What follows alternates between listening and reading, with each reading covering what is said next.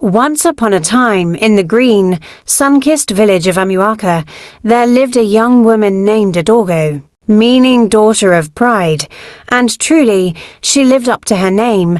Adogo was the kind of beauty that made even the moon pause behind the clouds just to admire her face. Her skin glowed like fresh palm oil, her eyes were like ripe udala seeds, and her smile could melt even the heart of a stone carver. From east to west, north to south, young men journeyed to Amuaka just to seek her hand in marriage. Some came on horses, others on foot.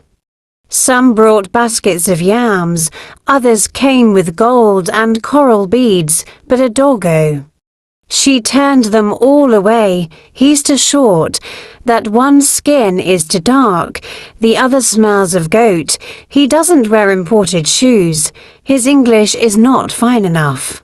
She had a speck, as she proudly called it, a man tall like an Iroko, skin smooth like oji wood, walking with the confidence of a prince, and rich enough to build her a golden palace in Lagos. The elders shook their heads. Momankem, her mother, often said, "My daughter, yun wanyi buem kipieya, a woman's pride can be her downfall."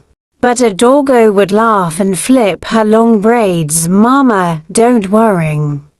My own husband will be a king," and so the years passed. In that same village lived Chaik, a humble palm wine tapper. His hands were rough, his clothes were patched, and his hut leaned like an old drunk. But what Chaik lacked in wealth, he made up for in cleverness. Chaik had always admired Adogo from afar.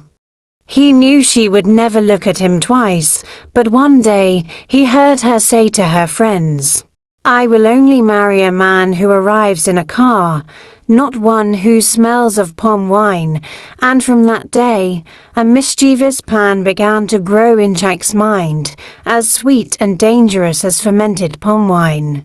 He traveled to a nearby town and borrowed a set of fine clothes from his cousin, who worked as a driver for a rich merchant.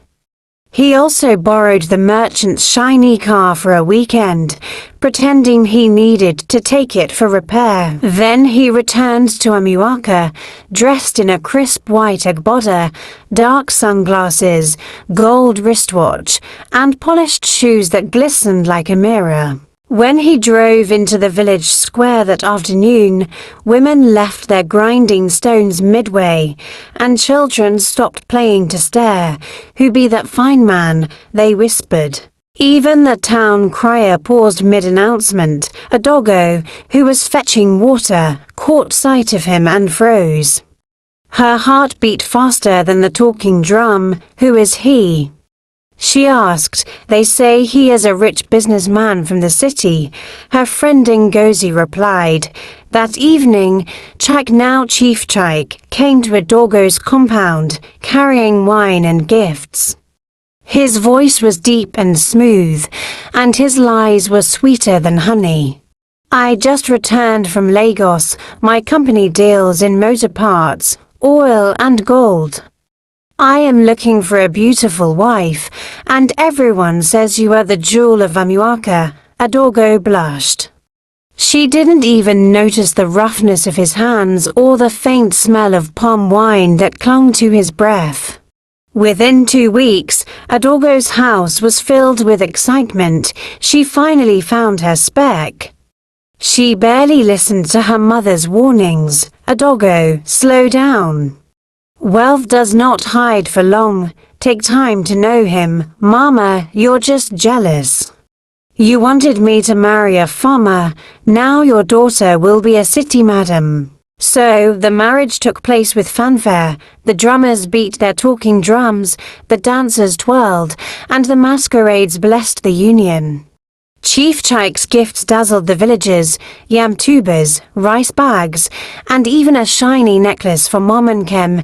Everyone celebrated, but the night after the wedding, When the guests had gone and the music had faded, Chaik told Adorgo, "My love, we must leave early tomorrow. My mansion is waiting in the city." Adorgo packed all her clothes and dreams into a big box and followed her new husband, her head held high. They walked for hours until the road ended in a narrow bush path. Adorgo frowned. "Where is your car?" "Ah, the car's spoiled, my dear. We will soon reach the house." After some time, they arrived, not at a mansion, but at a crooked hut that looked like it could sneeze and fall apart. "Chaik." "What is this?" she screamed. "Our home," he said quietly, removing his sunglasses. "Your company, your car, your gold, all borrowed, my wife. I am just a palm wine tapper." Adorgo fell to the ground and wept. Her beautiful lace wrapper got stained with dust, but Chaik didn't look back. He took his climbing rope and calabash and went out to tap wine. That night, Adorgo had her first meal of watery gori and bitter leaf soup with no meat. Her tears seasoned it with salt. Weeks passed. Adorgo tried to leave, but her family refused to take her back. "Marriage is not a market you enter and leave," her mother said. So she stayed, learning to fetch water, cook with firewood, and help Chaik in the farm. At first, she cursed her fate. But as time went on, she began to see Chaik's heart. He was poor, yes, but kind, hard-working, and honest. When she fell ill, he sold his only goat to buy her medicine. When she was hungry, he would climb the tallest palm tree just to bring her fresh wine. Slowly, love began to grow, the kind of love that no money could buy, the return of the wise bride. Years later, a big palm wine company came to their village, looking for skilled tappers. Chaik's talent was noticed, and soon he was made a supervisor, then a manager.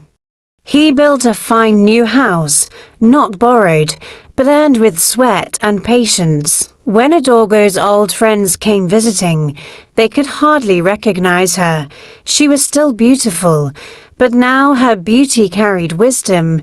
She welcomed them warmly and said, "When I was searching for gold, I found dust.